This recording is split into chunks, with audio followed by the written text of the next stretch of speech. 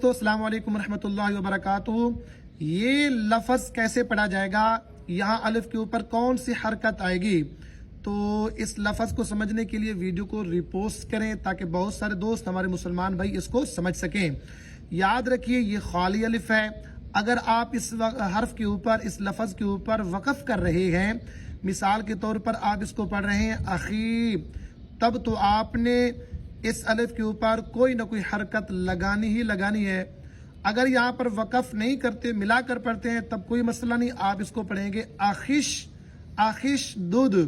لیکن یہاں پہ وقف کی علامت ہے، رکنا ہے، تب ہم نے اس کے اوپر کون سی حرکت لگانی ہے، زبر لگانی ہے، زیر یا پیش۔ تو یاد رکھیے اس کے لیے ہم نے تیسرے حرف کو دیکھنا ہے، تیسرے حرف کے اوپر کیا ہے، پیش ہے۔ تو اب یہاں پر بھی ہم نے کیا کرنا ہے، پیش لگانا ہے۔ تو کیا پڑھیں گے اس کو، اشدد به ازری